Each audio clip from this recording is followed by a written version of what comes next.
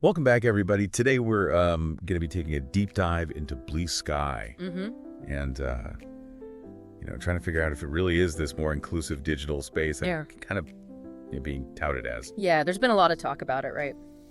And especially with it hitting 20 million users, Yeah. a lot of them just this year. It's crazy how fast it's growing. I think a lot of the excitement really comes from this whole decentralized thing. Right. It's so different from Yeah. like the old Twitter, which is X now, or Instagram or Facebook, where it's like one company's just making all the decisions. Right. But with BlueSky, it's almost like you have more control over Yeah, you do. what you see and what you experience. It's kind of like, how would I put this? Okay, so like traditional social media is like a shopping mall.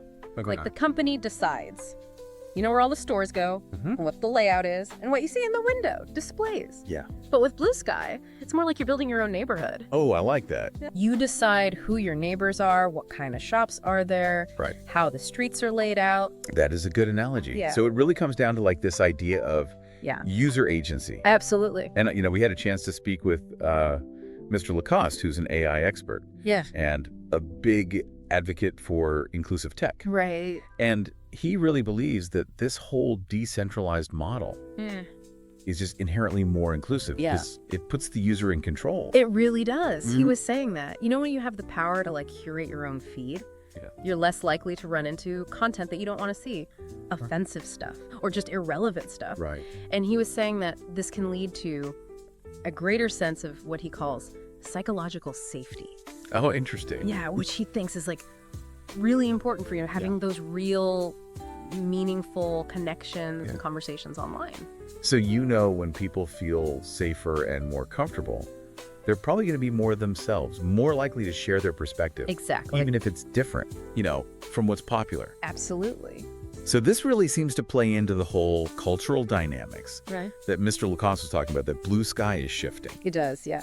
So what is that connection? How does decentralization actually lead to cultural change? Well, he was saying that, traditional social media, they have these algorithm-driven feeds, Uh-huh. and they prioritize whatever gets the most attention, Yeah. gets the most clicks, regardless of whether it's actually good for you. Like junk food. Exactly. It's tempting, but it's not actually nourishing. Yeah, you don't feel good afterwards. Exactly. And so what he's saying is that BlueSky is different because you can filter out all that noise. Yeah. And you can connect with the things you actually care about, Right. with your values. So he thinks that leads to a much more, diverse and vibrant kind of And, digital culture. It's like everyone's bringing their own dish to the potluck, That's a great way to put it. and you get to try it all. Yeah, you get to experience all these different things. It's really cool. And he was really emphasizing this whole idea of community. Oh, yeah.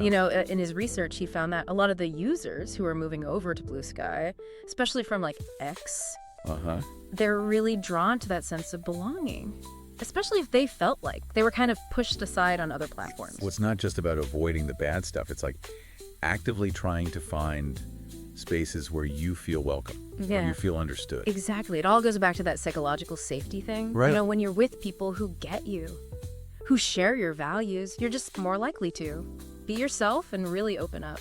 I'm thinking about all the people who've been ditching Twitter, X, lately, and heading over to BlueSky.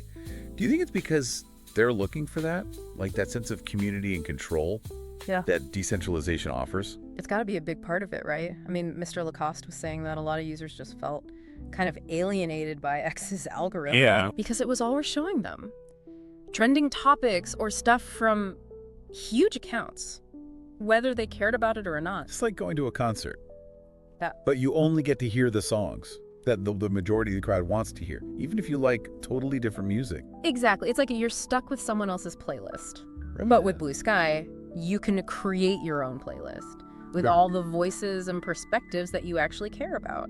So it sounds like this could really be a game changer in terms of like how culture evolves online. Oh, absolutely. Because now it's not just about, tolerating different viewpoints. It's about actually seeking them out and celebrating them. Yeah, it's a whole different way of thinking about it. And Mr. Lacoste thinks that this has implications for businesses too. Oh, really? Yeah, he thinks brands can learn a lot from how BlueSky is fostering this more inclusive culture.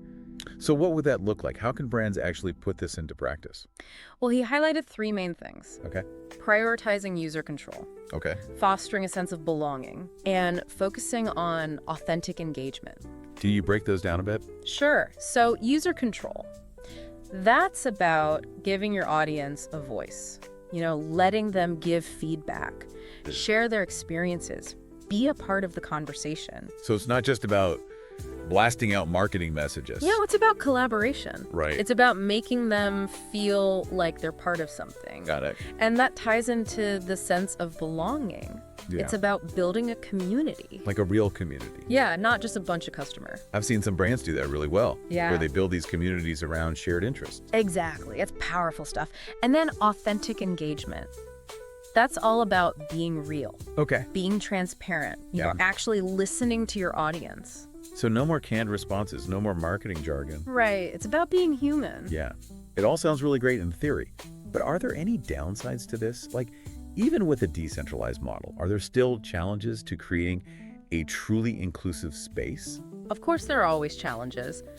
One thing that worries some people is the possibility of echo chambers forming. Echo chambers. Yeah, where people only interact with others who already agree with them, which can actually make things worse. That's a good point. So how do you encourage people to, step outside of those echo chambers and engage with different perspectives without losing that sense of community? It's like, how do you get the best of both worlds? Right. Yeah. It's tough. And then there's also the whole issue of like misinformation and harmful content. If there's no central authority, right, how do you prevent that stuff from spreading? It's a tricky one for sure. Mr. Lacoste admitted that.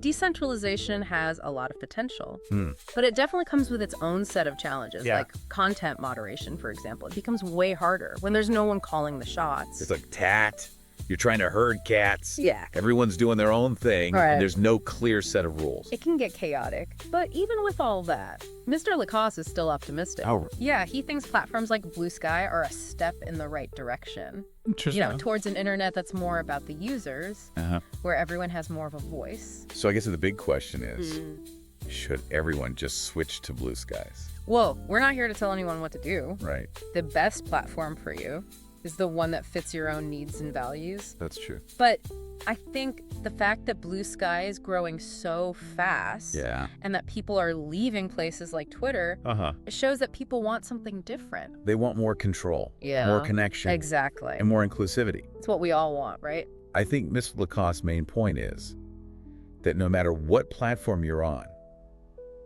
you got to be conscious of how you're using it. It's about being intentional. Yeah. Like, are you actually trying to see things from different perspectives? Are you contributing to a positive environment?